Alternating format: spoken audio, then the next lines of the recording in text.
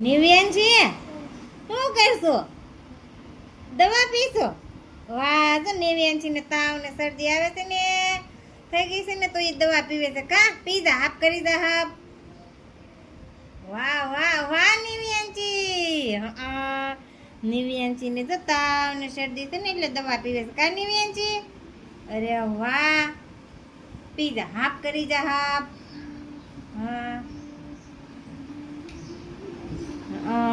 નિવ્યાનજી તો હાથે દવા પી લઈશ. કા આવે પેલા એને પીવડાવી પડતી, હવે ઈ છે ને નિવ્યાનજી મારી હાથે દવા પી લેશે. કા